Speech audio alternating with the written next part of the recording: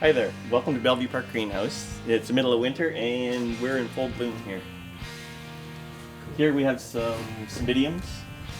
It's an orchid that requires a cool period. So these have been stored in they've been outside for the summer and then they've been put in the back of our propagating house, kept cool.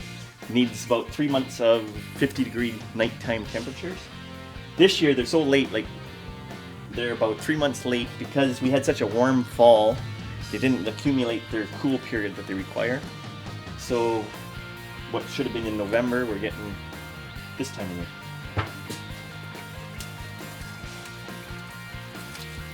This is Phalaenopsis orchid. Any of the local florists usually carry this one. Easy to look after, easy to flower. It'll flower for long periods. This one is very, very awesome color. Oh yeah, it's beautiful right now. Yeah, this time of year, this is awesome. Like, look at that. That's amazing. That's a cymbidium orchid. It takes a while to flower, but it flowers for a long period. We'll have this in flower for 2 months. And we have a bunch that still haven't accumulated a long enough cool period, so they'll be coming in probably another month or so, so we'll just pull these ones out once they're done flowering and put the new ones in. This is a papaya. This papaya tree I started from a seed 2 years ago, so this is its second winter, and look at the fruit on it. Isn't that awesome? You see the flower bud up at the top? We've been hand pollinating them so that they set fruit. If you had bees, then you wouldn't have to worry about it. This is a dwarf tangerine. I bought this tree in Canadian Tire, and look at the fruit crop on that. Isn't that awesome? This was also hand pollinated, so I did well on this guy this year. This tree usually will have everything from flowers to ripe fruit. We picked a bunch of the fruit already last week, so most of the old crop is off.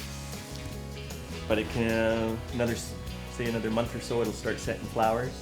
So you have from flower to ripe fruit all on the tree at one time. Here we have a pineapple. This is probably will be going on a 2-year-old plant and is finally set fruit.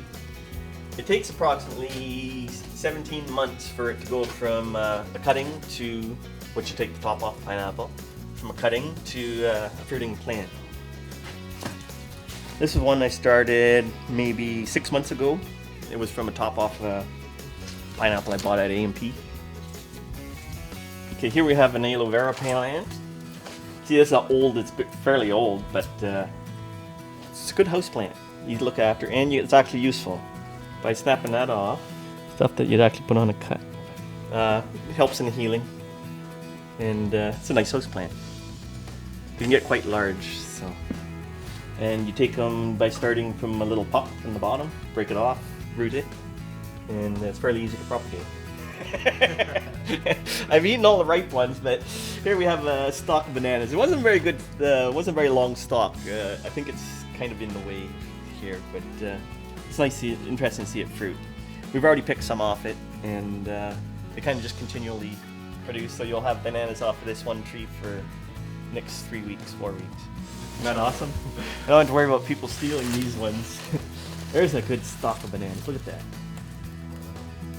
The banana tree will fruit. This one should fruit fairly soon.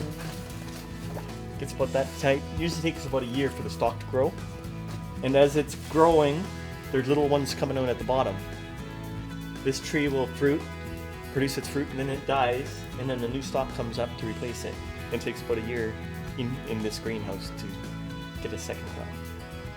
So they continually produce.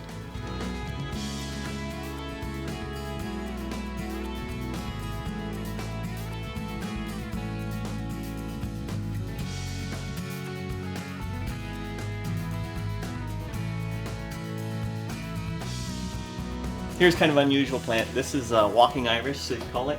I'm not sure the Latin name of it actually, but very cool plant. And it can be propagated just by snapping off one of these guys.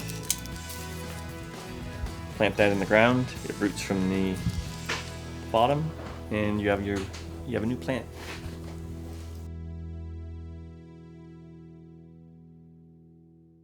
There's a regular dwarf iris. Smell that. and it's a dwarf iris. Fairly long flowering, a beautiful plant. Smells nice too. So any spring plants, they're kind of showy, like there's hyanthus. This is Spanish moss, part of the bromelaid family. There's Latin of it. I don't want to say that word. But this was all started from one piece that was about that long. Someone brought it in from his trip from Florida. And very aggressive. It's amazing. That's why when you see the trees in the southern states, it's just covered with this. That's why. By starting another piece, we just take this piece here, drape it over some place that we want to cover up. And there we go.